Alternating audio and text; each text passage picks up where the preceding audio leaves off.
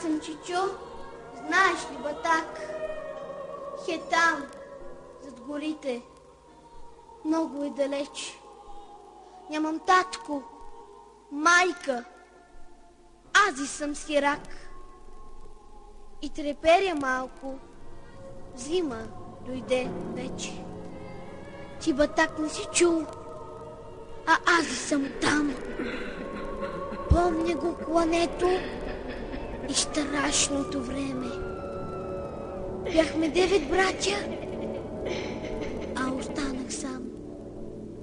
Ако ти разкажа, страх ще те съвземе.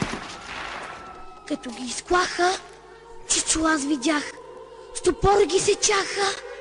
Ей тъй, на дъвника. А пък аз и плачех. Много беше страх. Само бачо Пеню с голям глас извика и издъхна бачо. А един хайдук баба ми заклая под вехтата стряха и кръвта протече из нашия капчук. А пък аз бях малък и мен ме заклаха. Татко ми излезе из къщето газ с братвата в ръцете и нещо по дома. Но те бяха много, пушнаха за в час. И той падна възнак, уби го Крушума. А мама изкочи, откъде не знам.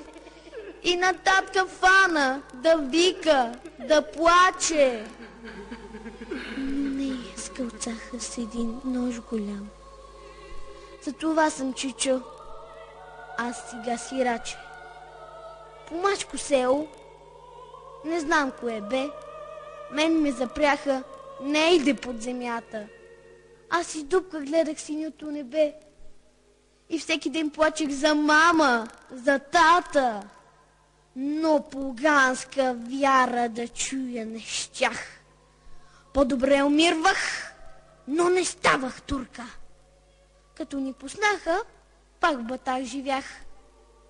Подир 2 години. Посрещнаха ме гурка. Тогас лошо време и за тях наста. Клахме ги ние, както те ни клаха. Но нашето село, Чичо, запустя. И татко, и мама веки не станаха. Ти, Чичо, не си чул заради Батак, а аз съм оттам. Много е далеч. Бадното дългувам, щото съм сирак и треперя малко. Зима дойде вече.